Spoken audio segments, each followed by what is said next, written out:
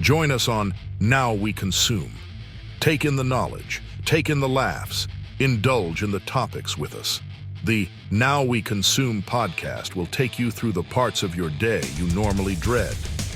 Why suffer through the existential crisis of life alone when you can do it with us?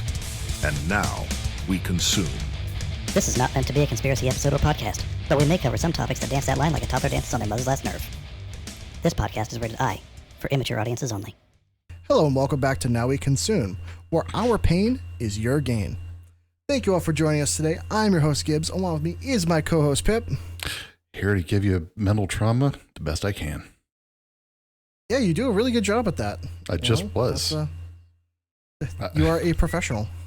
I am the professional that needs the professional. I know. The problem is finding a professional for you is a whole different level. Oh, yes. You know. What is above a therapist? Like what? Is it like a super therapist or something like that? Or like, do you have to get like a double masters or something, or a double doctorate? Hashtag double D therapist? I don't know. Like, does that, I don't know how that works. I had a therapist with double Ds. I couldn't concentrate. The least surprising sentence you've ever said to me. She wonders why you answered everything as milk. I just don't get it. I don't get it. Why this guy? He's like Homelander. I don't have to tell you. It's just. Anyways, if you watch The Boys, you get that reference. Oh. But. Oh, that milk scene. I'm sorry. It just every time it makes me laugh. Every time. Yeah. But anyways, so we want to discuss I think a very timely topic. We've discussed around it in a few episodes. Between our financial episodes and a few other things, we want to talk about the great housing crisis that's been going on, and that's probably going to continue going on. There's a few different facets here. There's a few different angles. We do quickly want to cover a bit of background when it comes to the most important part, which is the financial aspect, but we've covered a bit of it before. And then we want to move on to a couple of different areas that I think people, and I think Pip rightly pointed this out, people aren't discussing the other issues, because most of it's financial that you see online. You see people complaining, oh, the housing market's bad because of finance. It's like, well, yeah, but there are other underlying issues that even if you can afford it to buy it, doesn't mean you can afford to maintain or repair it. So there's a few more things to go with that. Anyways, any other intro thoughts, questions, problems, concerns, issues before we get into it? No. I'm just glad to have you back. That's all. Yeah, I'm glad to be back. We are switching the podcast just so everyone knows. We're going to start recording this on Mondays, Monday/Tuesdays, because unfortunately my weekends have just been all over the place. So at least this way, we know we can make it consistent again and kind of stick with a routine and a schedule.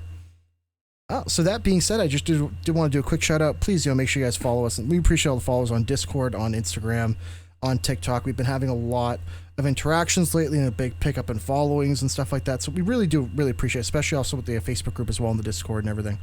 So feel free to give us a like, follow, share, and we just really appreciate it. And that being said, shall we get into it? Yeah. The numbers don't lie, and as painful as they are, they suck. As everybody has been seeing online, and as everybody has been talking about for the past basically 4.5 years now, ever since COVID, the cost of housing has gone through the roof. It may have hitched a ride in one of Elon's rockets, as far as I know. A recent study is now showing that the annual income that is needed to purchase a home is now at least $114,000, and that was at the end of last year, beginning of this year timeframe. Now, is that pre-tax or post-tax? It didn't say. I'm going to say probably pre-tax. Yeah. So basically, to throw it out there, after taxes, you as a couple, as two people, you got to be making $60,000 each a year, which on average is about $30 an hour. Mm-hmm. And there's so many areas of the country where that is not readily attainable. Mm-hmm. Even by people that have been working for years. Right. Now, the bad part is, like you were just saying, that's actually almost double the actual median household income. The current median household income, which again, this is from the end of last year, is right around $75,000. And again, that's for two people. Yeah. So I think that there's something I do want to make a point, which is I feel like there's a lot of people and call me crazy on this one, but I feel like the people that have the largest followings typically on social media are people that are in cities or near cities.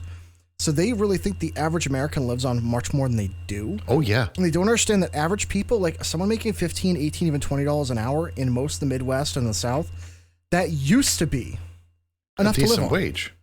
You used to be able to buy eventually a small house and have a car. That used to be the barrier to entry for most Americans was, hey, if you and your spouse each made at least $20 an hour, you're good. Yeah. You can do most anything, most anywhere outside of the major cities. Now, good luck. I mean, for fuck's sakes, you can barely find one-bedroom apartments in like the outskirts of Louisiana. Yeah. And shit like that for less than $1,000 a month. Yeah. Where it used to be $400. Yeah. First-time home buyers especially are getting hit the worst because they have to have the most criteria met. They often have to have the most down. Now there are some more programs coming online for first-time buyer assistance. I do think there needs to be even more done in that area. Zachary Loft, I think is his name. Mm-hmm. The guy that does all the housing and financial shorts and stuff on TikTok and whatnot. He does a lot of good videos, makes a lot of great points. One of the ones that he talked about was whenever a house is purchased, a percentage of the purchase price goes into a fund for first-time home buyers to act as down payment assistance. Because oftentimes the down payment is one of the biggest barriers to entry. Like people make enough to cover the cost like the month to month because they're paying rent right now and rent is way higher than house payments. And if they can do that, then logic says they can probably cover a house payment that's going to be less than their rent. But they've been paying so much in rent that they can't save for the down payment. So and the other problem is something for people to know is that when you apply for a mortgage, whatever you're paying for rent goes against your available income. So it's that weird problem where when you apply for a mortgage, let's just say you're paying $3,000 a month in rent, that's deducted from your available funds for a mortgage. So it becomes this weird problem. Because you're not going to be paying that rent. Yeah, but see, the mortgage companies don't care because you are a number, you are a risk factor. Yeah. That's part of some of the problem here.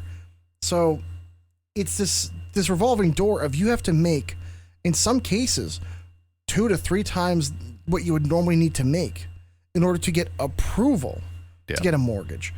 And then the problem is between the rates that we have and what the home prices, even if you get 10 or 20% down, for some houses, like 20% down, that's going to be $100,000. Or more. So who the hell in this economy could save that? Like, sure, I'm sure eventually there are some people that if they have a dual income household and they really, really, really are tight on budgets, they can probably save that in like 4 to 5 years.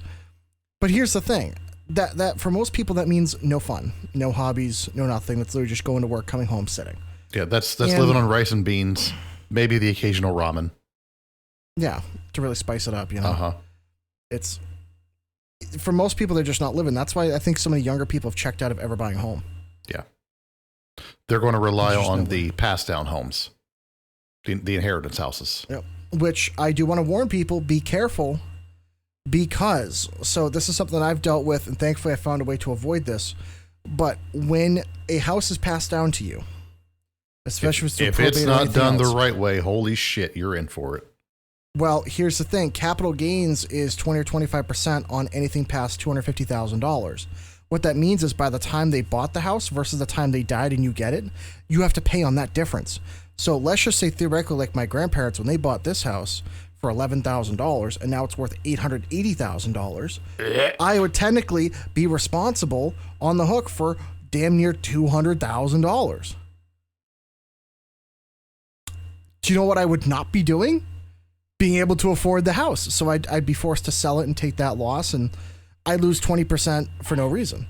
Right. But whereas, because I spoke to a lawyer, granted it cost me $2 to $3 grand in lawyer's fees and everything else to get everything else set up, It's now to where I own the house on my name and I don't have to pay any taxes on that. Right. So I do recommend people, estate planning is huge, and that's something that's going to be coming up very soon for a lot of people, especially when a lot of people listening might have parents or grandparents that are older. I cannot recommend enough to talk to an estate planner. Right.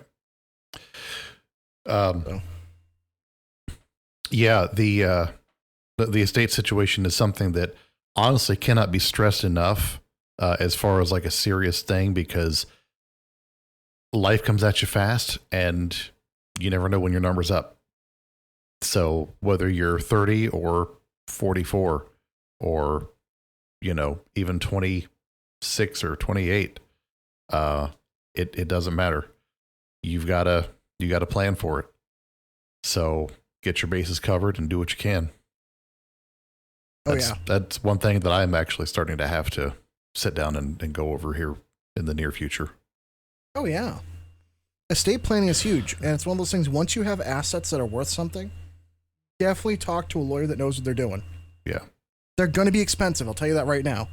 But it's like you just said, the couple grand that you paid is going to cover the cost of what you would have had to, a percentage of what you would have had to pay. I spent 1% of what it would have been. So basically it was 99% in savings that I spent. Yeah. So, it's a no-brainer. So just make sure people please. That's one of the biggest piece of advice I can give you. Yeah. On this topic anyway. But back to the numbers. The housing costs, one of the biggest differences, we were talking about the cost of houses. Inside of the cities, the annual income, like he had mentioned, you may need $200,000 to $300,000 a year for the family, versus the 115 or whatever it was. Oh, yeah. Not many people I know make that. And I mean, I live near a pretty big city in Ohio, so there are people that make that, but it's not a lot. No. About 60% of households in the U.S. Cannot afford a $300,000 home, which is less than the median price of a single family home, which is about $460,000. Yeah. So that's saying something when 3/4 of the country cannot buy the median price house. I think houses are a little overpriced right now, but it also has to do with available inventory. But we'll touch on that here a little bit later too. And also, something you guys need to consider too is because taxes are based on percentages, when the houses are more expensive, all of your taxes become more expensive, and then the house gets more expensive, and then it becomes more expensive to do work on it. It's this revolving just accumulation of value. And my cat just jumped in my lap. Hello. Hi, kitty. What are you doing, girl? Anyway, sorry. So if you hear a random meow, I apologize. But she's been, the whole time ever since we started this, she's been yelling at me. Nice. But yeah, it's just something to consider for people as well if you're trying to buy a house that taxes on them are tough. So just make sure you do your due diligence. Yeah. So aside from houses themselves being a little overpriced, we still got high mortgage rates. They've been spiking since after COVID. The rocket increase after the COVID issues. I know I got ultra lucky. I've got a rate that is probably never going to be seen again. Is it sub 3%? Uh-huh. What do you have? 2.5. Fuck you. But hey, I can't. I'm trapped. I can't sell. So there's the other issue. I have a mortgage. I cannot sell. I have a couple of friends that bought houses at like low 2% rates, and they're like, I don't even like the house, but I want to die in this bitch. Like, I can't afford to move even if I wanted to. And what people don't realize too is like with percentage rates, you might think, 2% versus 4% isn't a big difference, but when it comes to mortgages with that compound interest over time, it's massive. If you guys ever want to mess around with it, look at the difference. Find like a mortgage compound interest rate calculator on Google. Throw in $100,000 and look at the difference that you actually pay over 30 years between like 2% and 5%. Mm-hmm. And to give you guys massive. An idea why it's so crazy is because just a few short years ago, 4 to 5%, even 3% was common. Whereas right now, like a lot of people are getting 9%, 8%, 7%. And while 7% isn't terrible, when the house is $500,000, when you end up paying like $800,000, when you end up paying $800,000 by the time that's over, it's insane. You're like, you're going to pay way more than that. I don't even know what 7% would be on 500,000. To be honest with you, offhand, I didn't check that. Yeah, I don't know. The inventory of houses that I mentioned a little bit ago, we are short on houses, roughly, and this is a current number. We have a shortage of about 4.5 million homes, which is insane because we have like 8+ million vacant homes. Yeah, that's a problem. I don't know if those are being figured into the numbers. Yeah, but I blanked. Sorry, my cat is she's being ultra needy right now, and I don't know why. So, anyways, but that's one of the things that I've noticed. I was going through some numbers the other day, and I mean, when you have 8+ million, almost 10 million homes available, but yet we have a housing crisis in the matter of a few million. It's like, well, number one, they could be rented out, but there's a lot of people, I think, that bought years ago that were able to have second homes and third homes and investment homes and other things. Whereas because of that, and it's great that they have that, that's awesome. But that does mean that the market, after a while, slowly becomes, less and less available. Yeah. That supply becomes more limited. But also, one of the issues is it's way harder to build nowadays. You would think, it'd be easier by now. It's like, no, between local regulations and government regulations and requirements and permitting, oh my God, permits, especially with local towns and municipalities, it becomes a nightmare. Yeah, to get anything approved. Those are aids. I'm glad I live in a part of town where I don't have to worry about permits. I can literally take a sketch on a napkin down to the board and be like, this is what I want to do. And they'll be like, all right, go ahead. Can you really add whatever you want on your house or yes. do additions? That's one thing that I'm jealous about, where since I'm in the Northeast, you have to do permits for everything. If it's anything bigger than like an 8x8 shed, you have to get a permit for it. No. Short of building another house on my property. And even then, it's not even a full permit. I can get a homestead exemption. That would be cool. All right, Cat, you need to go, girl. Come on. It would be nice. Could you leave my lap, Cat? No? All right. I guess why? I know. I love you too, but come on. Thank you. I appreciate it. Anyways, also the other thing on that list too that I'm glad you brought up on the list was insurance premiums. If you look at areas, particularly in like Florida, for example, where there's only a couple of different insurance providers, so there's kind of like a small monopoly, as well as in a lot of different areas between insurance providers pulling out of certain areas like California, between wildfires and everything else. It's becoming an issue to where when there's fewer insurance companies, they don't have to fight over it. Right. You're not trying to fight for your business. So they can just charge whatever they want. And because their value is based on, whatever the payout is for if the home goes out or goes under fire or if it floods or whatever, as the home values increase, obviously the premiums are going to increase, as well as there's going to be more stipulations. So again, it just compounds this issue. Yeah. Construction costs as well are an absolute joke. We're going to touch on that whole issue later, so I'm not going to go down that rabbit hole just yet. Wages. So we were talking about the whole cost of ownership. The cost of houses has doubled, and wages have gone up by single-digit percentages over the same time. They really haven't gone up much at all. In some areas, some areas are seeing slight increases over others, but it's not much and it's not enough. Yeah. So also depends on the industry too. That's the other thing you got to consider. Is there some industries that they're trucking way up, whereas other ones have flatlined. Yeah, so, or declined. Yeah. Yeah, I know you said that you're not on board with the whole UBI concept, and I don't want to have to be on board with the UBI concept, but man, life and a lot of other factors are just, it's pushing that way, and I don't like it. We might have to at some point. We'll see. Yeah. But the rate we're going. Cost burdened. Most homeowners are now cost burdened, which means they spend 30% or more of their monthly income on housing. In some cases, it's 50% in the case of a lot of renters. Yeah. So you can't do much if you're spending 30 to 50% of your month-to-month income on the roof over your head. That doesn't leave a lot of room for your car, your food, your utilities, your kids.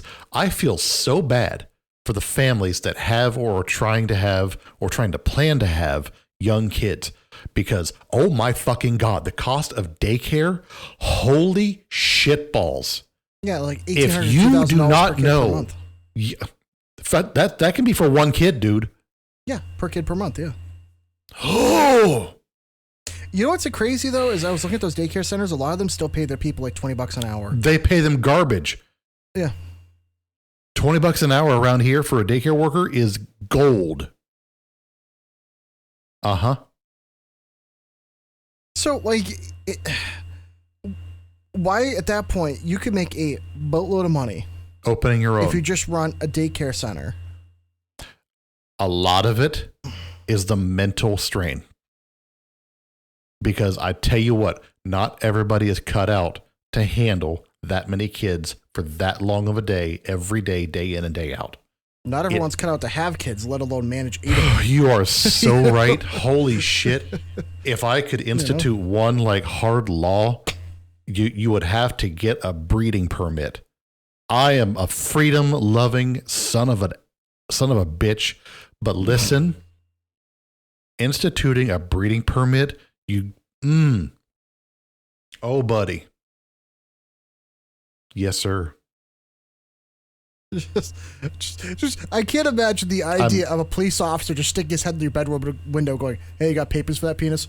Like, I have to tell you, just like... Penis papers, please. Is your dong registered? Do you have to get it, like, stamped? The mushroom stamp. Bonk. They rename it that. You know, it's gonna be a weird timeline like 20 years from now when officers are asking for your mushroom stamp. I'll tell you that's a weird timeline. You know something wrong. You know, CERN fucked up then. Idiocracy. We are but years away. Yep. We are steamrolling to that. In fact, mushroom stamp is what I want my idiocracy name to be. I want to be called Mushroom Stamp. That is what I want my ID name to be. Oh God. If we could have President Not Sure, I want to be Mushroom Stamp. First name Mush, middle name Rum, last name Stamp. Yep. Yeah, makes sense to me. Anyways. But no, I don't disagree with that idea. It's unfortunate about one of those the things. Mushroom Stamp? No, about the like, it's one of those things where unfortunately, if people are not in a point in life to where they can handle kids, they probably shouldn't be having. But unfortunately, it's the people that are the least aware that usually have the most kids. Yeah. So again, Idiocracy. Holy shit! I know. It's prophetic movie. It's scary. I know. It also, here's another terrible trend. We talked about this. America is depopulating. Slowly but surely. Well, so we are not having children, but we're bringing in people from other countries to populate. Yeah, that's not the way we want to do it. No, because then... we lose the American heritage. Well, it's the idea of you're not bringing in people that have those... You don't know if they have those values or not. Right. You know? And it's also one of those things where they don't really have any skin in the game. It's like, you know, they're just here getting benefits where or being in the system or doing whatever you're doing. But it's one of those things to where if there's nothing that unites a group of people, there's no common set of values, and like, what do you have? You look at a lot of these other countries that are made up of primarily of immigrants. It's like, cool, they have a lot of cool stuff, but when you look at their political structure and everything else, it's really tough. It becomes a really big struggle, and that's probably not where we want to go. No. See, for example, the strife that's happening in like Eastern Europe, for example, or even in London and Paris and places like that. But not to get too sidetracked. Yeah. It's, to go from there as well. The last number I want to call out on yes. the cost burden thing, about 24%, a quarter, of homeowners are cost burdened. So it's about 20 million homeowners are cost burdened. So 20 million people that own their homes are spending 30 to 50% of their income on their home itself and nothing else. And they're just paycheck to paycheck. You don't have to rent to live paycheck to paycheck. You can do it as a homeowner. Yeah. That's fucked up. And what the scary thing that people need to think about is, for a lot of those people too, that means they're probably not contributing to a 401k or a Roth IRA. They're not able to diversify their income or their funds. And so what happens is we're going pretty closely like what happened in Canada, where in Canada they have the issue of a lot of Canadians, most of their retirement is actually in the value of their house, because they don't really have that much in retirement, because in Canada they didn't make enough to actually put into the stock market on average. So a lot of Canadians face this weird problem of the houses are too expensive to buy, but if they lose their value, they won't have a retirement. So that's what happens to put all your eggs in one basket, to where you're basically screwed. That's why the American way worked for so long, whereas people buy their house, build a bunch of equity, and invest in the stock market and other ways to be able to secure their retirement. By this cost being so high, most Americans will put all of their income into buying a house with a little bit of land. But then what happens when you're 65, 70, when you can't work? Then you're unfortunately kind of left in a situation where you can't afford the house, you can't work. And for most Americans, unfortunately, most houses are not very elderly friendly. So we don't build houses to a standard. There's not many houses you buy nowadays. If you guys even noticed, one of the issues that we see is because builders want to maximize their profits, they build big houses, or 2-story or 3-story houses. So the problem is there aren't starter homes available. There aren't one-level houses available, unless you want to go to like a trailer park, which that's a whole different thing. And even then, those are becoming expensive, by the way. In my area, those are almost $150,000, $200,000 for a freaking trailer in a trailer park, which is mind-blowing. It's disgusting. Yeah. So there are people I know making $70,000, $80,000 that are lucky and happy to be able to afford to live in a trailer park. That's wow. Yeah. I just saw a trailer posted up for $900 a month over here. What the sad part is, that's going to get sold like that. That's going to be rented out tomorrow. Oh, it's probably gone already. Oh yeah. Yeah. So yeah, we've just been mostly talking about homeowners. The rental market itself is not left out of this. Rent has surged. I'm sure most people listening that have dealt with rent in the past 5 years, 10 years have seen that as well. The number of units renting for inflation adjusted $1,000 a month or less fell by over 30% between 2013 and 2023, while those renting for $2,000 or more in that same time frame nearly tripled. So same units, double the price, just because. Many renters, especially those from low-income families, are severely cost burdened, in many cases paying half or more of their income on rent, which means they absolutely cannot save. How can they? Again, 50, 60, 70% of your income going to your roof. You got to eat. You got to have power and whatnot. Gas in the car to get to work. There's not much left. So, not to mention, between that and medical expenses or anything else, you take one trip to the ER and your whole savings fund is wiped out. Yeah, I think most people just wing it, and they rely on the fact that the hospitals don't charge you up front. Or there's a lot of people I know that just don't pay their medical debts. They're like, oh yeah, they just can't. And they wonder why for the few people that do pay, it costs $10,000 to have a doctor look at your leg and say, yep, it's there. Here's my bill. Yeah. Like, well, you got to pay for the 9 people that don't pay. Yeah. Oh, yeah. That side ramble.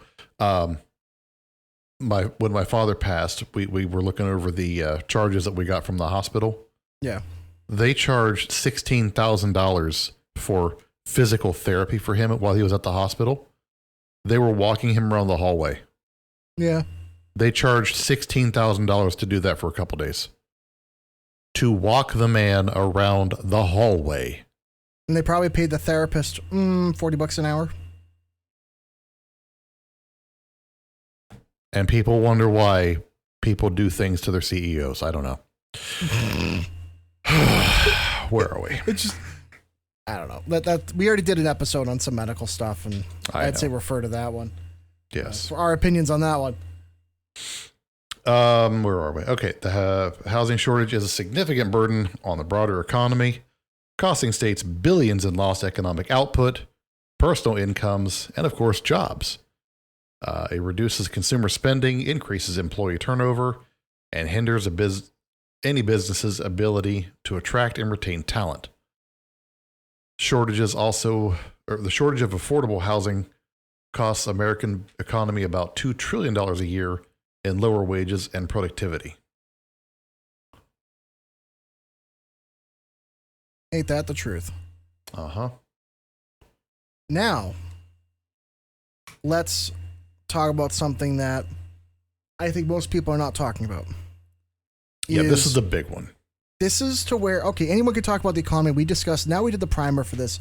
Now let's get into something that, well, that's kind of more our unique viewpoint, which is, quite frankly, almost all the houses built nowadays, their quality sucks ass. I don't know if you guys have seen any videos from inspectors or people that are buying new houses looking at the inspections and the quality control and everything. There are so many people that saw the market say, hey, let's become the world's worst flippers ever. Buy this house. We'll absolutely ram things through over the next couple of weeks. We'll half-ass everything. And then we'll create an LLC for it, sell it, destroy the LLC so they can't sue us and move on to the next one. And that's what people do, which is insane.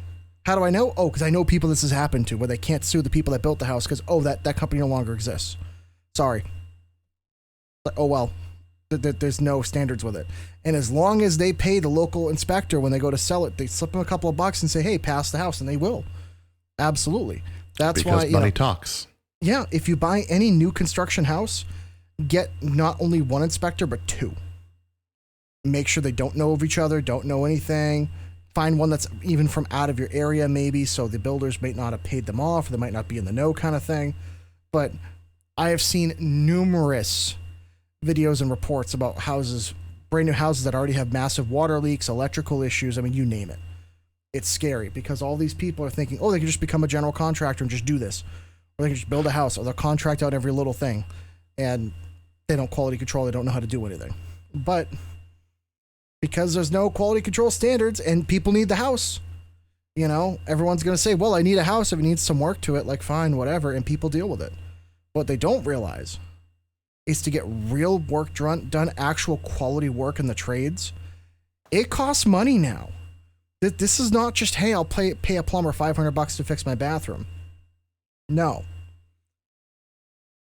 You're talking thousands for every little issue. And unfortunately, in a lot of places, to get that issue looked at, you then have to get a permit to have that fixed. That's another cost added on top of it. As well as you have to pay for their time to get the permit, which is another cost added on top of it. So it's this endless revolving door of something that used to be 20 years ago, a few $100s. Now it's become a few $1,000s. And how many people buy a brand new built house and set aside $40,000 for repairs? No one. No one does that. They think, oh, it's a brand new built house, and if the company built it and they have a 10-year warranty or a 5-year warranty or a 20-year warranty. It's normally a 1-year warranty. Yeah, it doesn't matter what the number is. It could be 3 days, but that company's not going to exist. By the time you get to sue them and do everything, they're already going to sell and move on. Mm-hmm. So just be aware of this. It's so absolutely terrible. I spoke to our friend Gibbles, who, if you've listened to the show for a while, you know he's been on a few times. He's gone through the house building process twice now. He feels that he has gotten lucky both times, but in this most recent build of his, he was a very active customer. He was going by the build site daily or almost daily to make sure that they weren't cutting corners. There were some minor issues, but they were corrected before everything was handled.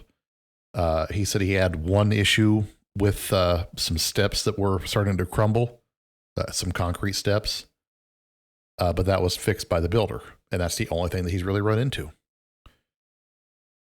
A lot of the videos that you're talking about, there are major issues down to like the foundation. Those are hard to correct after the house is up.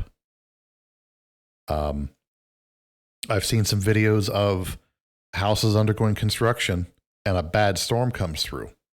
Not tornadoes, just some like gusting winds, and it topples these houses.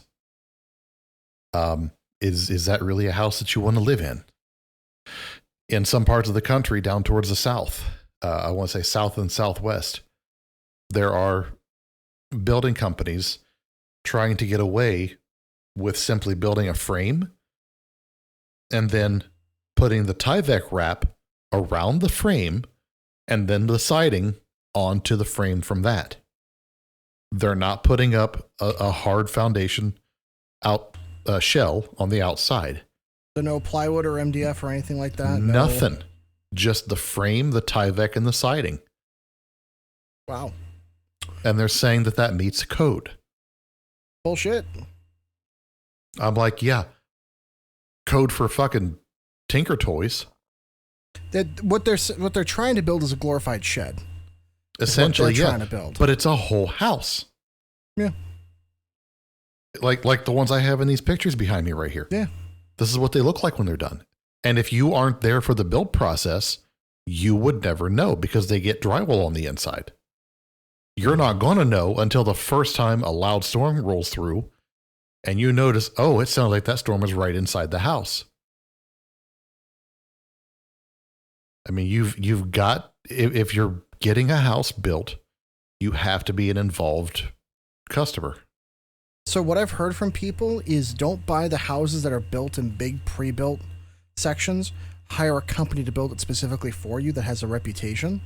Because they're building that one-off for you, you would think they'd be more likely to cut corners, but actually from what I've heard, they're more likely to do it right. Whereas the big builders that build like 30 or 50 houses at a time, they're going to cut all the corners because they got 50 of them. They don't give a shit if a couple of houses are pieces of shit.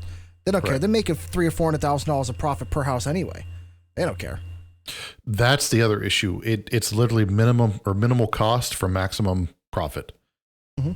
They've got houses that are going up costing them $150,000 to build, and they're trying to sell them for $700,000 with all kinds of issues. Loose electrical fixtures, leaking gas lines, cracks in the foundation. I mean, literally all kinds of like serious issues. My favorite one I saw was a lady was trying to take a shower, and literally there was an electrical wire that was on the pipes, the water pipes. Oh yes, I remember seeing that one. Literally, you could take a like an insulated screwdriver, put it near the water, you'd see the electricity arcing on it. And it's shit like that is getting passed all the time. And for most people, they don't know how to fight that. Like, no. What do? You know, you got to live there. You got to wake up in the morning and take a shower. You don't want to be a stinky, miserable bitch for like 3 months waiting. Like, I just want to take a shower. Like, you know what I mean? There's nothing you can do other than you have to fix it and go after them afterwards. Yeah, and that's not right. That should be part of why we're paying taxes and paying for these other things. There really should be a fund at some point to where, hey, if the builder of your house screwed you over, the tax revenue on that extra sales tax they pay for that house, that's part of a program that helps cover you, and the government goes after them. Is how it should be. But that's a whole different... Yeah. That'd be too smart. That's the problem. Yeah. And I think also there's another factor in here that I would like to bring up because I feel like this is important. because so few young people have gone into the trades, and I know we had this discussion before about the issue with the trades where, one, a lot of young people didn't go into the trades, but also, two, a lot of older people discourage young people from going into it. So we have this problem of educated Americans aren't in the trades, but there's a lot of people we've imported from other countries in the trades. So the issue is you have these large roaming contractors that just hire a ton of people that are either here illegally or are uneducated or do not have the licenses for these trades. And because it's under that big construction thing anyway, if they make $20 million in profit off of selling those houses, they close down the company, set it up, and close it down, make a new one. You can't sue them, so they don't care if these people have their licenses or not. And I hate to say that, because I bet you there are some contractors that pride themselves, or general contractors say, oh yeah, of course everyone has their license, they know what they're doing. Mm-hmm. But I will tell you, as somebody that was a commercial kitchen installer that has been on some of these sites, that has seen some shit, no way. There's no way.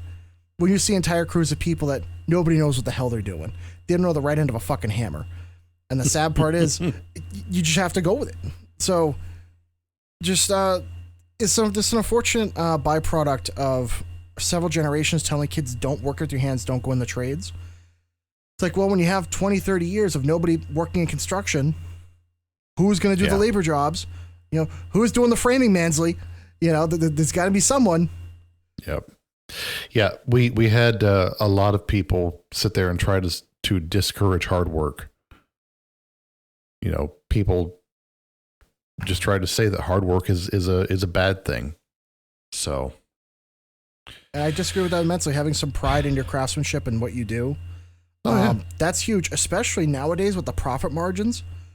Oh God, yeah. If you are a good framer or good with construction or with foundation or concrete, oh my God, at concrete, holy shit, it's insane the profit margins now you can make. Some of the richest guys I know around here now, they're now literally framers, contractors, landscapers, stuff like that. They make a killing. So good electricians, after a couple of years, can literally write their own paychecks. HVAC in my area HVAC too. Huge. There's someone I know making $160 a year. Yeah. They work 6 hours a day. Oh yeah. Is it who I know? Oh yeah. Yeah. Yeah. Oh, yeah. A good hard 6 hours a day. Oh wow. What a rough day. And you know what the sad part is? Still struggling to buy a house even with that much income. Just my area. It's insane. Yeah. So it's just one of those things where you can get a degree in IT or get a degree in this or that or whatever you want, but seriously look into the trades, especially if you're somebody that's good with your hands, a quick study, quick learner, and willing to put in some work. Because there's a lot of companies that honestly, if you're willing to take your time and do it right, you won't have to bust your ass like you used to. You won't have to work 60, 70 hours of overtime just to make it. Not anymore. It's different now. And it's quickly changing that way. But sorry, I got a bit of a tangent, but... Oh yeah, no, you're good. So, I mean, I'm not going to sit here and go over all the lists of defects and stuff, but like, there are many. Mm-hmm. So even when you're going to buy a house, if you get to that point in life, get a very good home inspector. Like Gibbs was saying, get a couple of them. Find people that are not associated with your realtor. Be thorough. Do the inspection yourself. There are courses online that you can take to become a home inspector. You don't actually have to become the home inspector, but learn the things to look for. Absolutely. And then when the home inspector is there, you can point stuff out and ask questions.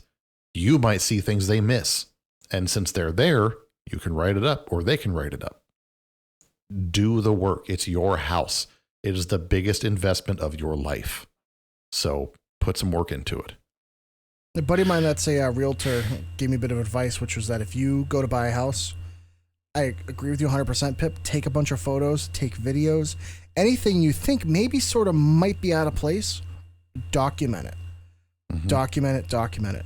And that way, when the inspector comes through, you're going to be able to tell real quick whether they looked or not.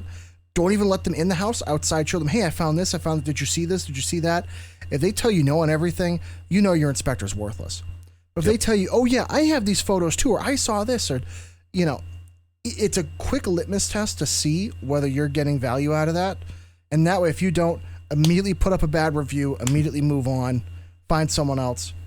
And there are some good inspectors out there. And I do agree with you as well. The actual courses to become a home inspector are not expensive. And there's so many people on YouTube that give that information out for free. Yeah. Did you ever watch, was it Homes on Homes? He was, Yes. Yes. So he was one of my favorites. He was a general contractor that was also an inspector. He was on HGTV for a while back in the mid to late, like 2010s. I don't know if his show is still on there. I know it kind of wasn't around after COVID because everything switched with HGTV. But Homes on Homes was, I think his name was Mike Holmes, I believe, or something like that. But he was really good, really knowledgeable. And that's a show to where you can learn a lot, as well as like This Old House, for example, with Norm Abrams. Classic, oh, yeah. Classic. My grandfather actually met him and somewhat knew him.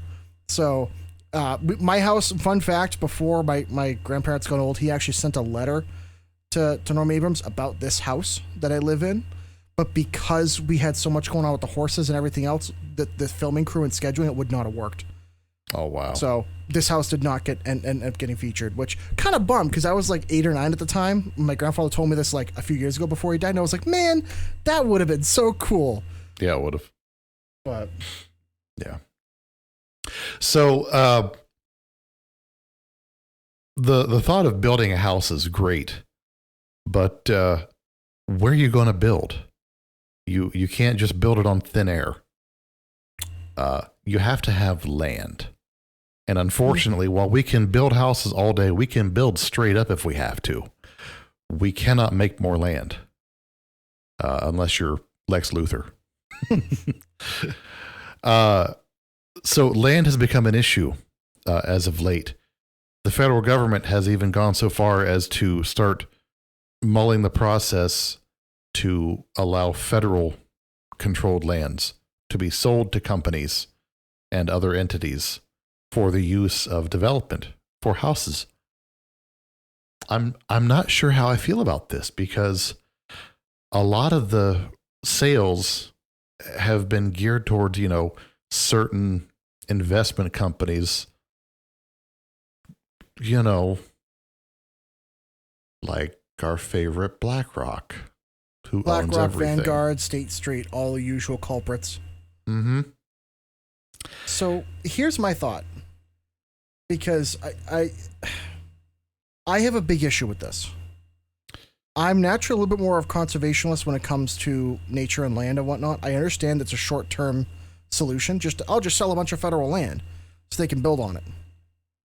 I have 2 issues. One, why the fuck do companies get to buy land before American citizens? Like, not to be rude, but at least extend the opportunity to us citizens to be like, hey, if you want to buy this land, we're willing to sell it, and we're going to sell at fair market value. Okay, I feel like I'm owed that because I've kind of. Here's 100,000 acres out in this state for dirt cheap.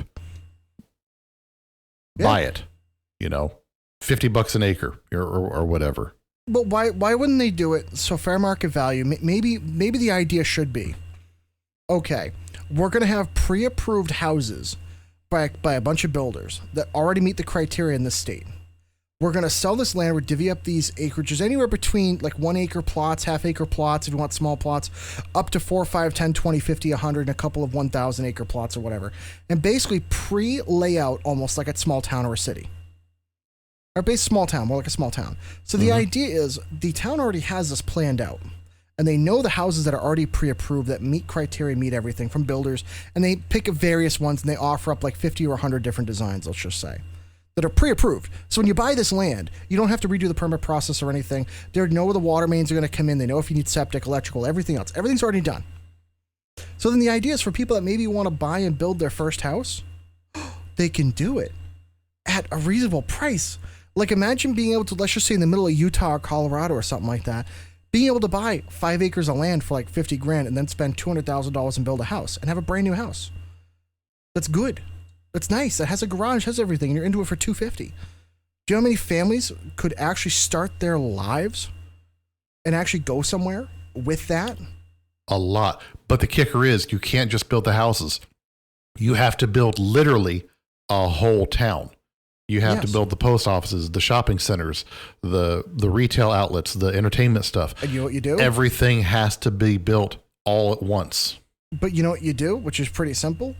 you use the profit that is made from the sales of that land. All of that goes into the local government infrastructure.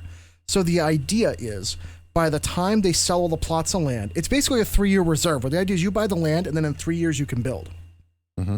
So that way the government has 3 years to sell that land, get the money together for local government, say, hey, we have a lump sum of $500 million that we've raised for this town that we've now planned to build like 1,200 homes. So let's just say theoretically, because what? If you sold $50,000 an acre, you sell 10,000 acres or something like that, you're going to end up with, you know, what, 50 million, 100 million, something like that. So here's the thing. For $100 million, I think you can do, and this is all just very, very basic math.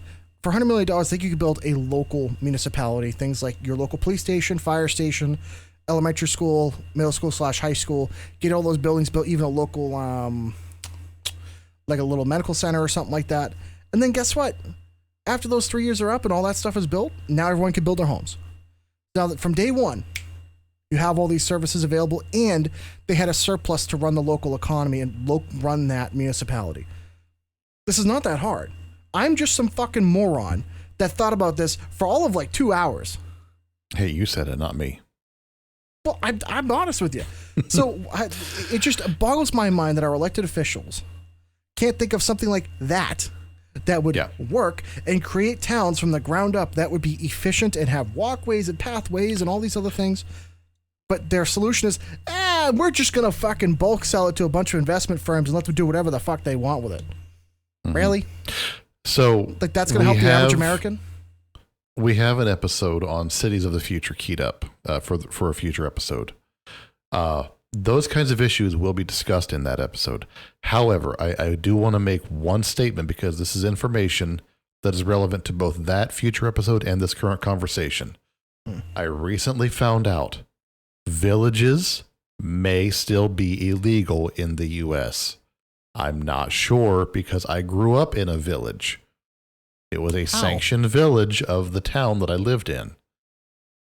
Something about the municipal codes have changed, so villages can no longer be established within the borders of the country.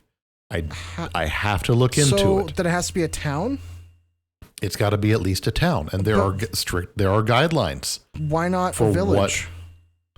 I don't know. I think it's got something to do with the laws that can govern a village.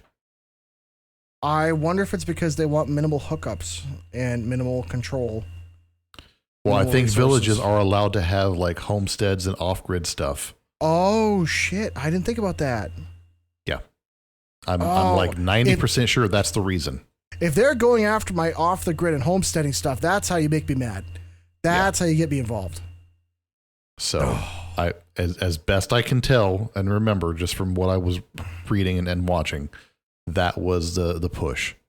They have outlawed villages because in villages you're allowed to have like homesteads, off-grid stuff, and that was the push.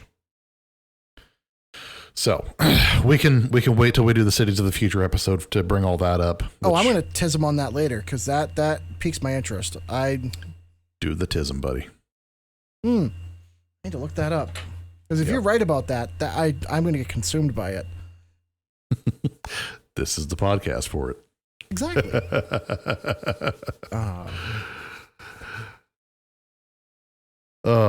So, like we were talking about, BlackRock being allowed to buy the land up, that's got to not be allowed. Making it available for purchase by the general public, develop it as such, state, federal assistance, sure. The land can be developed, but the issue is a lot of it is just out in the open. It's out in the middle of nowhere. So it's got to be a full 100% brand new from scratch kind of deal. Not a lot of people are willing to just pack up and go. You're going to get a lot of these tech bros that will do it because they can. They've got these remote jobs that they can do from wherever. Those may or may not be the kinds of people you want populating these brand new cities. So that's something that you have to take into consideration when you're building all of this stuff up.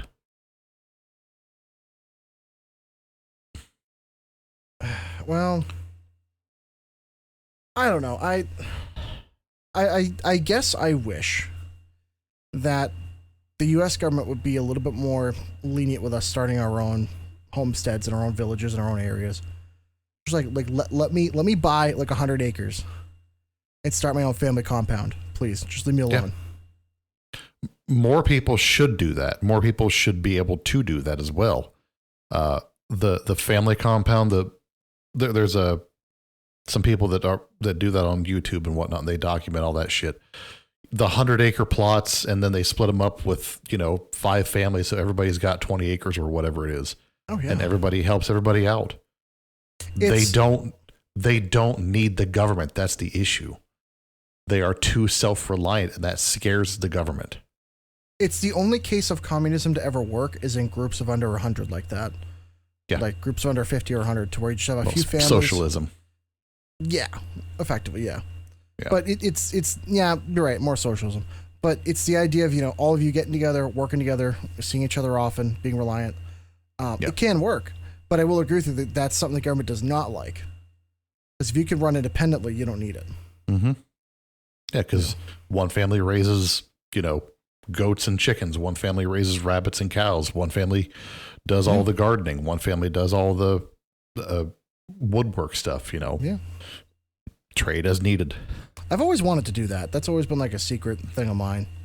I would love to buy 1,000 acres somewhere out in the middle of nowhere and just get together a bunch of friends' families and do it. But you can't do it nowadays. That's the problem. There's no way of doing it. It can be done, but it's just, Yeah, if you got a spare 10 million in the bank, Yeah. Because the problem is the taxes on that alone and all the different permits and stuff, unless you can find a state where you don't need that, but it's very difficult nowadays. Yeah. It's very discouraged, shall I say. Oh, yeah. Especially when there's states where you can't legally have a house that's not hooked up to the main electrical water. That's an issue. Another thing to consider is that with the possibility of BlackRock buying more land and whatnot, it feeds into the BlackRock is buying all of our homes narrative. That's something that a lot of people have been talking about in recent years because of the amount of homes BlackRock has been intertwined with as having purchased at an institutional level. It's not BlackRock directly; it's a lot of their subsidiaries.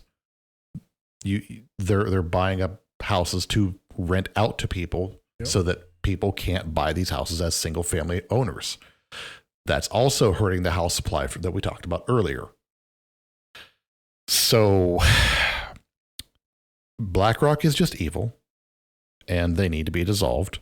And Larry Fink should just be maybe dragged through the street, left to rot on a corner. I will not get involved with that comment. Pimp's opinions are not the official opinions of the Now We Consume podcast, and those opinions are purely his own. Piece of shit. I agree with you though. Yeah, I can't stand that piece of shit. You know, I have nothing against millionaires and billionaires. What I have against are people that are willing to subsidize the suffering of people as long as it benefits themselves. It's like, come on, like you could be wealthy. You don't have to be a piece of shit. There's two different things, but it seems unfortunate that, and again, I am not anti-capitalism in the slightest, but it seems like the older you get, the more you realize, like, wow, a lot of these people get to a point where they're so far removed from reality that, like, they don't give a shit. They don't care. But because they're so far removed, they don't have to. They know no one can hurt them. No one can touch them. Yep. So the big debate on the sale of federal lands, some of the things that kind of spurred it on was to reduce national debt. It's not a new concept. Senator Mike Lee out of Utah has proposed it. He has proposed selling millions of acres out in the West for other housing and infrastructure developments. Again, if it's done correctly, if it's done for the people, to the people, sure, I'll support it. The Big Beautiful Bill Act, there's an amendment in that bill to, I lost my place. I'm sorry. also introduced by Mike Lee, that would require the Department of Agriculture and the Department of the Interior to identify 3 million acres of public land for sale for housing and community development over the next 5 years. Unfortunately, that proposal has sparked a lot of debate. Again, which way it goes, we'll have to wait and see. I know the bill is in the House and Senate right now getting ripped apart. So they just did a 16-hour reading session of the entire bill. So we'll have to see what comes out of that. I am already against that bill because if it takes 16 hours to read it, it's too fucking long. Yeah. I'm sorry, but no bill should be more than 10 pages. Call it a day. That's goddamn ridiculous, number one. Number two, if you're going to be selling federal land or anything like that, you can't just do a big swath like that and say, oh yeah, we're going to sell thousands of square miles. No. You do it in small sections. You do it as needed. You don't just sell off that much in one go. No way. I think that's very irresponsible.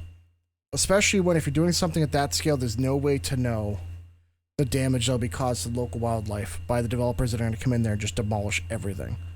Especially when, not for nothing, between all the different countries that we're competing for things like mineral rights and resources and varying things, what I'm concerned about is another company buying up all that land and be like, all right, time to mine silicon or time to mine this and that or lithium or anything else and just strip mine the area.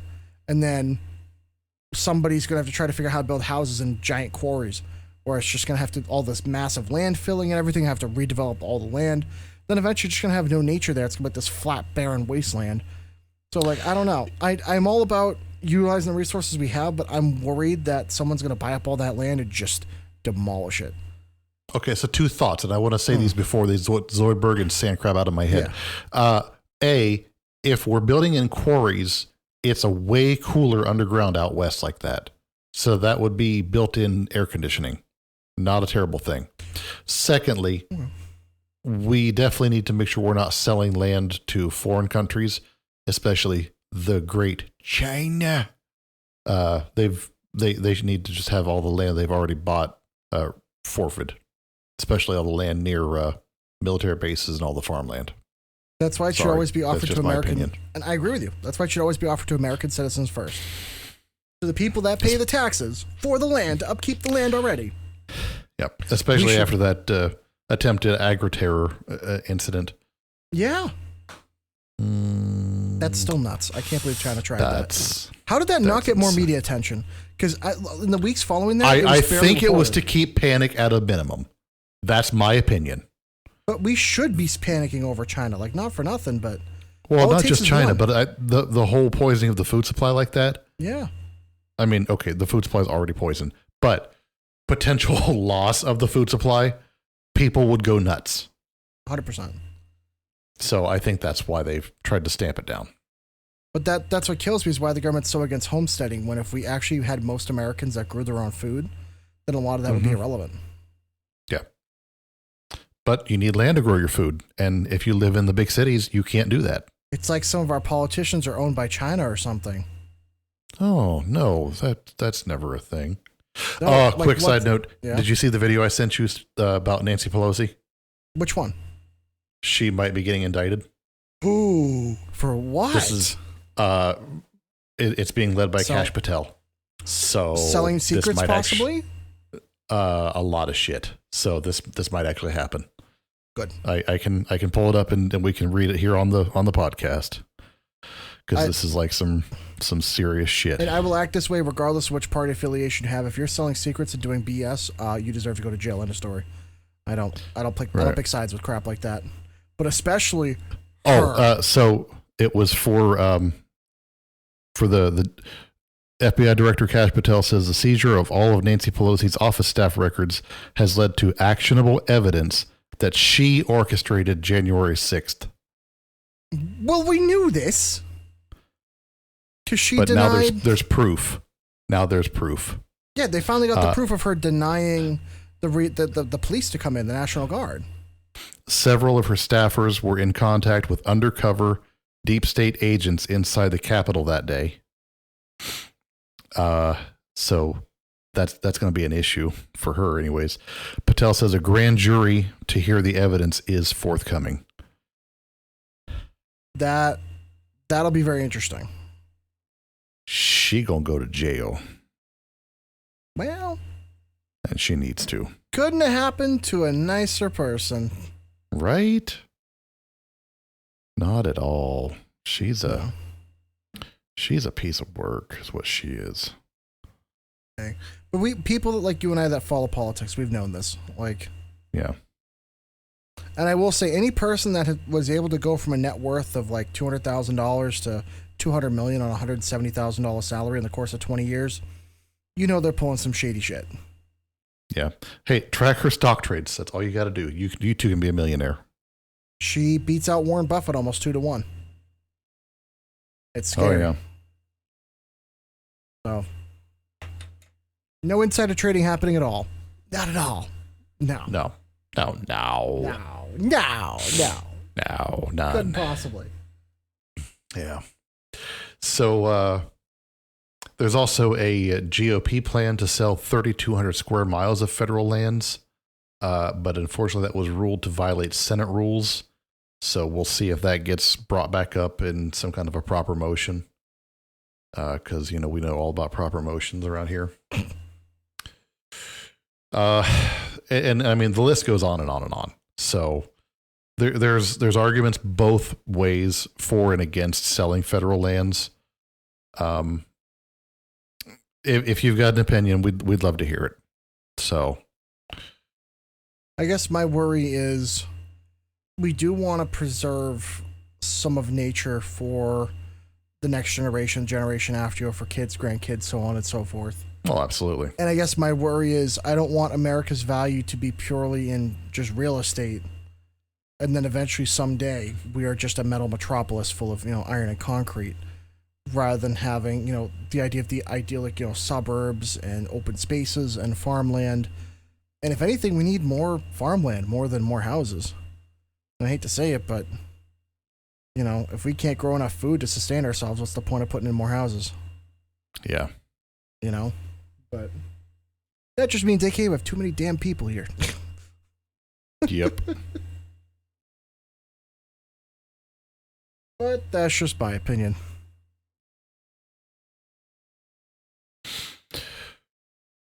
Yeah, the housing issue is not a simple, easy, or it's a matter that's going to take a lot of time and unfortunately a lot of effort from a lot of people to get corrected, and it's not going to happen soon or quickly. So if you're trying to get into a position to get a house, I sincerely wish you the best, because I hope things get better. What I think we need to start doing is doing city planning way more efficiently, where we need to plan actual towns to be built that are for young people. We need to plan towns to be built for middle-aged people and then older people. I think we need to be far more direct with what the purpose of a town or settlement or village is and who its marketed demographic is for, and enforce it. Because unfortunately, like at least in my state, we have laws about you cannot discriminate against who you rent to or buy from whoever. The issue is, because older people can buy wherever they want, there will never be a space purely for young people to be able to buy our first house.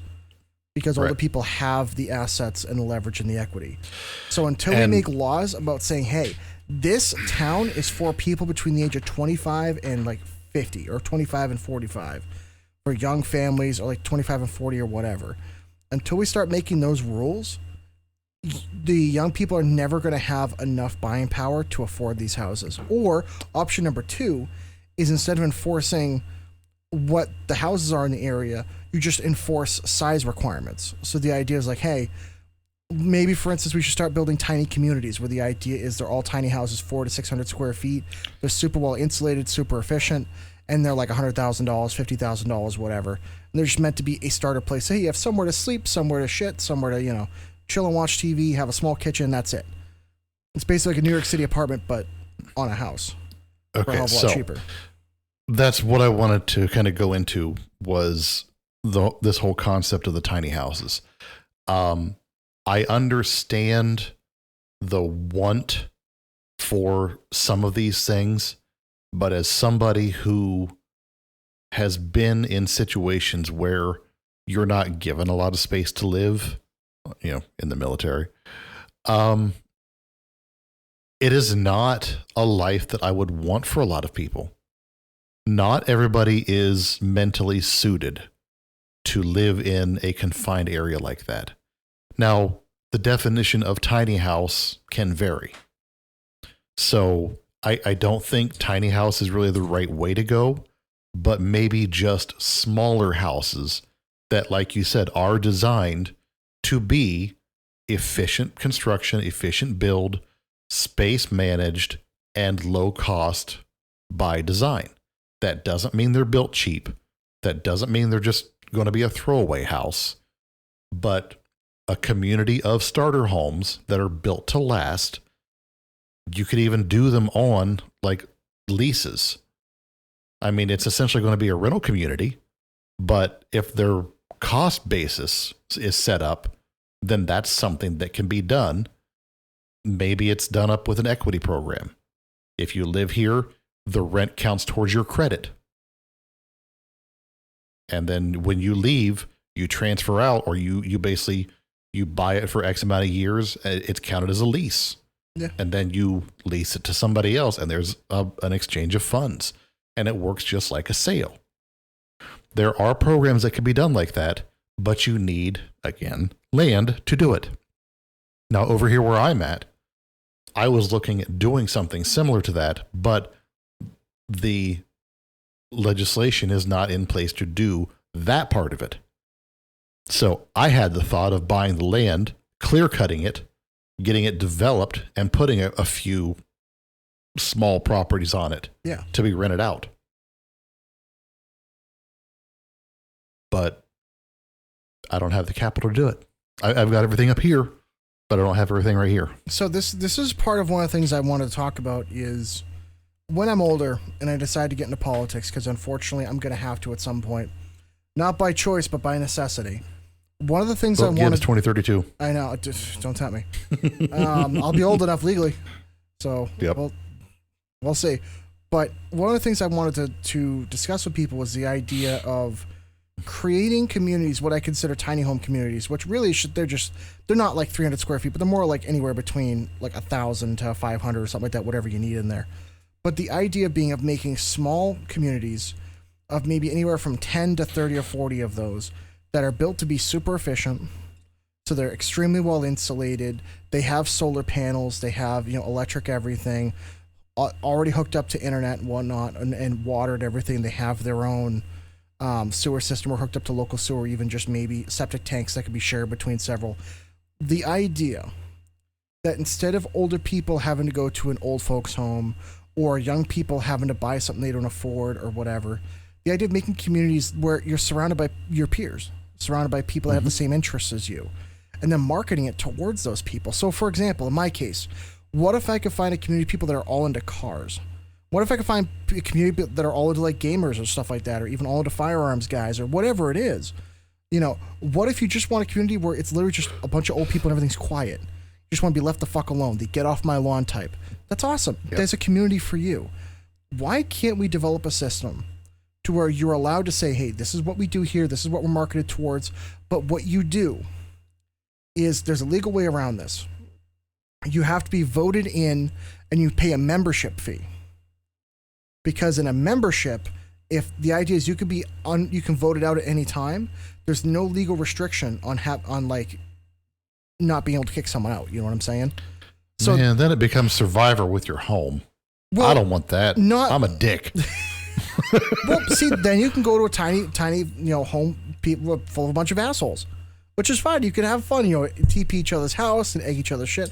But no, what I'm getting at is if there are communities that want to do that, though, that is an option. So if you want to have a community where people are quiet and then some like really young couple moves in and starts tearing up the place and be like, all right, quit it the fuck out. I don't want to hear your Mustang at 2 a.m. making a bunch of noise. Your membership's revoked. Get out of here. You have 30 days or whatever. But vice versa, if you can market these communities to people that want to be there, why not? It makes everyone happy. Yeah. Why wouldn't they do this? Especially if you can make those homes cheap enough to where, and I agree with you, they can pay it off within several years. And then they have equity in that house they can use to eventually afford something else. And if you keep the overhead costs minimal, you don't use the stupid expensive appliances, you don't do anything crazy, and you have a strip mall that's built nearby that can give them some cheap jobs to live there. That way, hey, if you're a kid out of high school and you just want a 500 or 600 square foot house that's going to cost you $700-800 a month all in, maybe even $1,000, you could work at Wendy's and like actually afford your own place and a car. It would be a dream for some people. And you only need 10 or 20 acres to be able to put on a ton of houses. Right. Now, one thing I want to kind of restipulate or not restipulate, push. This has been sitting in my head since the 90s when I first saw Judge Dredd. The idea of the megacities taking warehouses and converting them into apartment complexes on the inside with like retail space in the bottom, retail and commercial space. Maybe not just warehouses, but even like malls and old shit like that, old malls and strip malls and stuff like that. Yeah, that'd be fine. I mean, that's actually pretty common in Europe to have like the 2-floor ones where the first floor is a shop or something like that, and the second floor is where people live. That's a very European idea. Yeah. Which I would agree I with. didn't know they do it in Europe, but yeah. I think that's something they should be looking at here. Damn right. I wish we did a lot of roofs. There's a lot of roof space for solar panels. Yeah. They've already got the square footage to run all the power supply for it. They could put a battery bank there. Wouldn't be anything. And not only that, if you build the house the right way, you can even build a greenhouse on your roof. So the idea is you do the A-frame, that's all the glass and everything, and have it all enclosed. And graduations, you can now grow your own food and have a nice little patio up there. And it keeps everything nice and warm, so in the winter, you don't have to worry about your heating bill. In the summer, you have somewhere to put the heat offset from the house.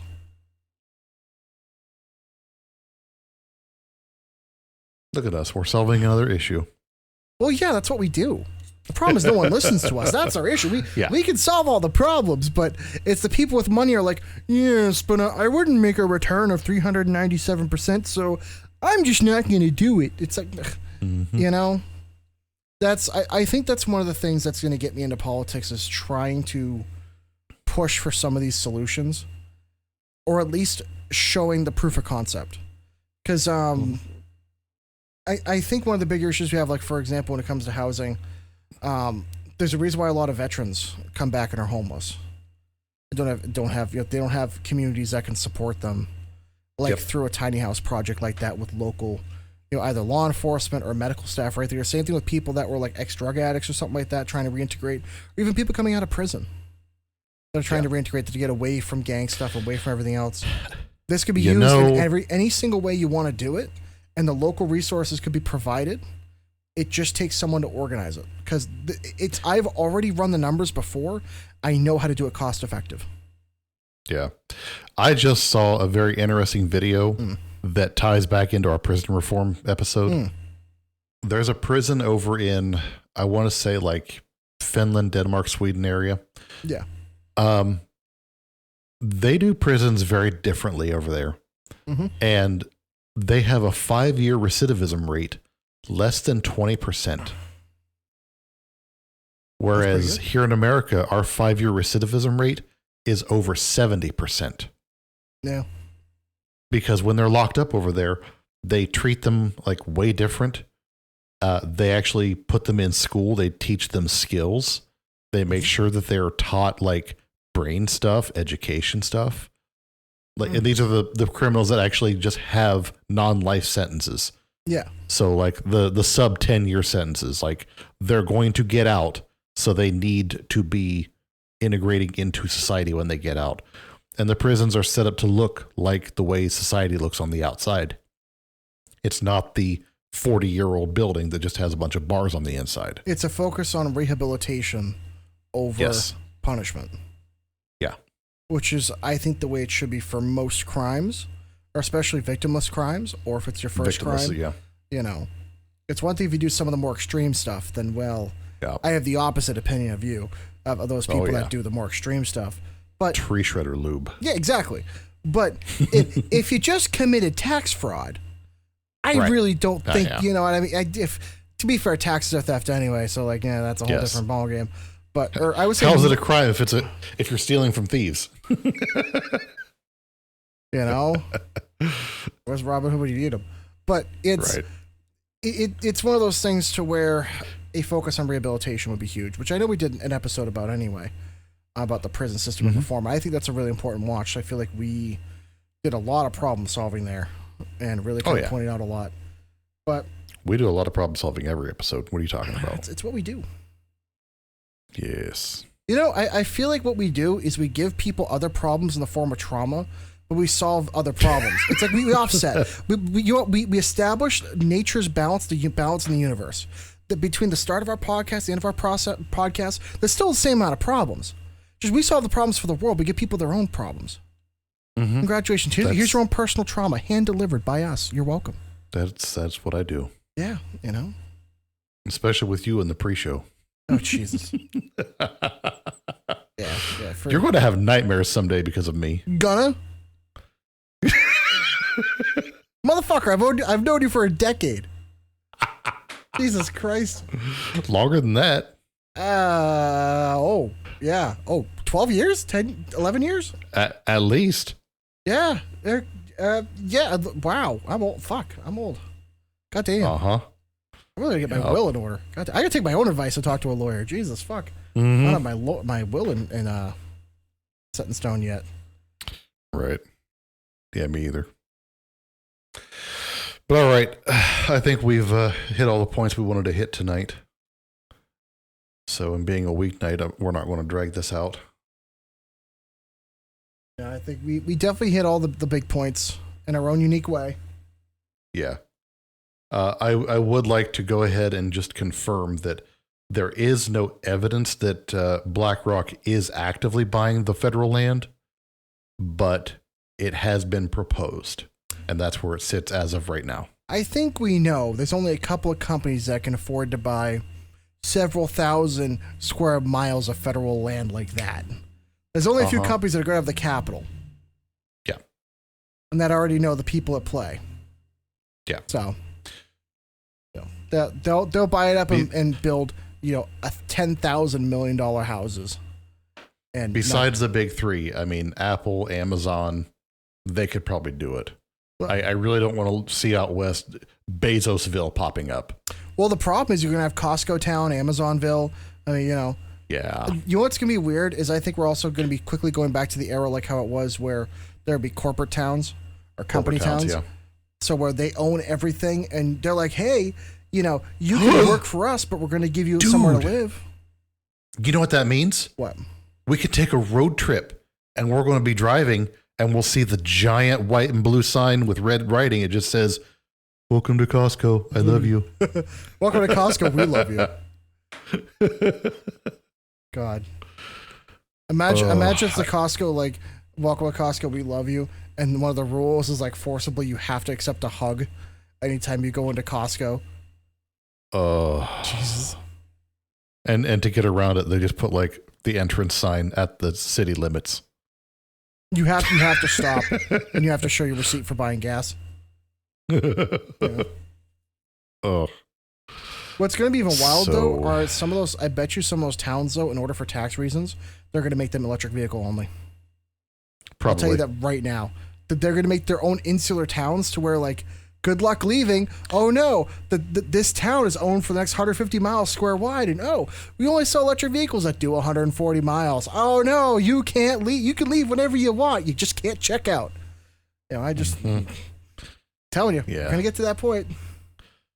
I think we'll save some of that for our Cities of the Future episode. We're going to have to do that one soon. Oh yeah, that'll be something good to talk about. You will own nothing. Because I think you're right.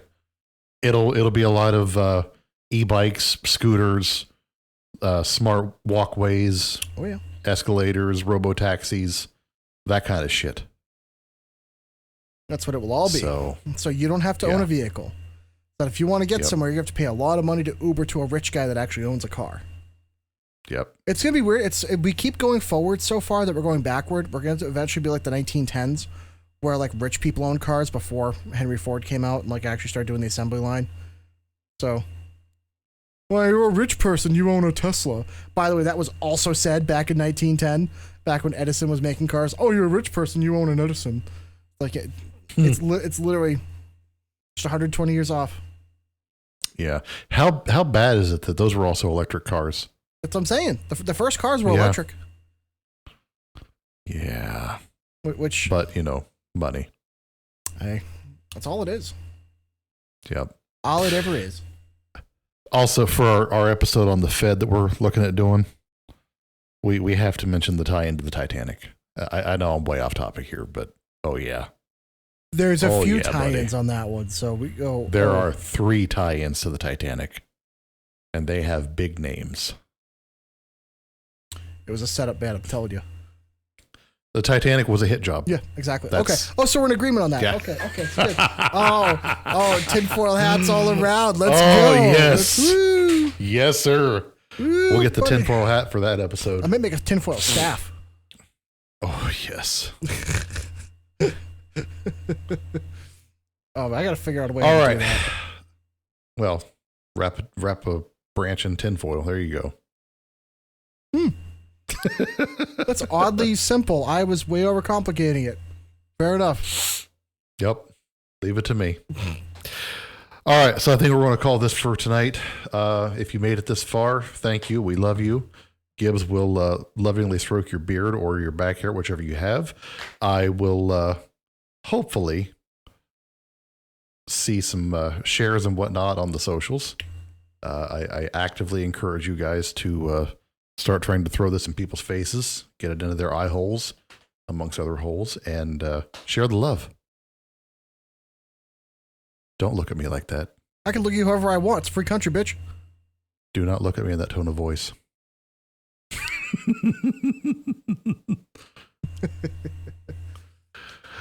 But no, like we said last episode, challenge you to share this episode or this podcast with at least one friend. See if they like it, and share the love. We're solving too many problems to just keep it to the small group that we've got.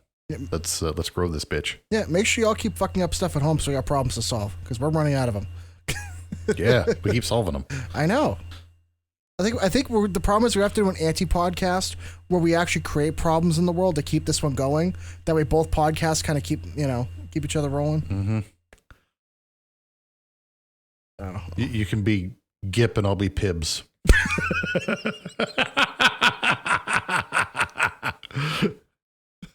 Oh, man.